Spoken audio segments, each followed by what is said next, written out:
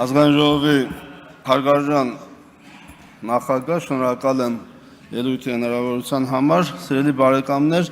ներքին գործերի նախարարության կողմից ներկայացված փաթեթում շատ կարևոր հատված է ճանապարհային երթևեկության անվտանգության ապահովման մասին օրենքում փոփոխություններ եւ լրացումներ կատարելու մասին օրենքի նախագիծը, որի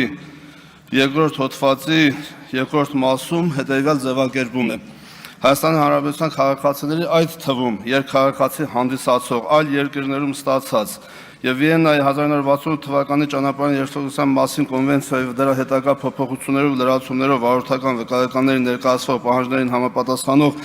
վարորդական վկայականները Հայաստանի Հանրապետության տարածքում համարվում են գործող այդ անձանց Հայաստանի Հանրապետության մուտք գործելու պահից 3 ամիս ժամկետով։ Սա ինչ է նշանակում։ Սա նշանակում է, որ սիրելի հայրենակիցներ, որ այլևս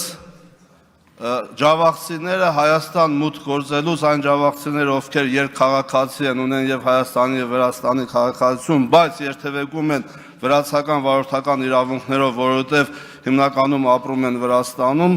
այլևս ենթակա չեն տուգանման։ Ես ուզում եմ այս օրենքի փոփոխության համար խորին շնորհակալություն հայտնել վարչապետ Նիկոլ Փաշինյանին, ում հետ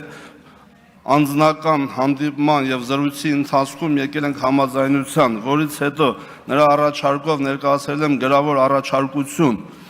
որից հետո այդ առաջարկությունը քննարկվել է ներքին գործերի նախարարությունում։ Շնորհակալ եմ նախարար Արփինե Սարգսյանին, պարոն Մկրտչյան, շնորհակալ եմ ձեզ բոլոր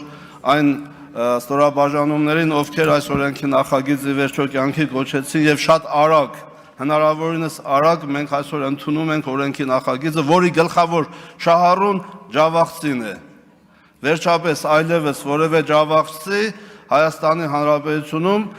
վրացական վարորդական իրավունքով երթևեկելու համար չի տուգանվելու։ 3 ամիսը մեկ սահմանը հատելով նա իրավունք ունի անընդհատ այստեղ ուրեմն երթևեկել, այսինքն պրակտիկորեն ջավախցիներ այլևս չեն տուգանվելու։ Շնորհակալություն։ Չմոռանաք հավանել տեսանյութը եւ բաժանորդագրվել Civic AM-ի YouTube-յան էջին։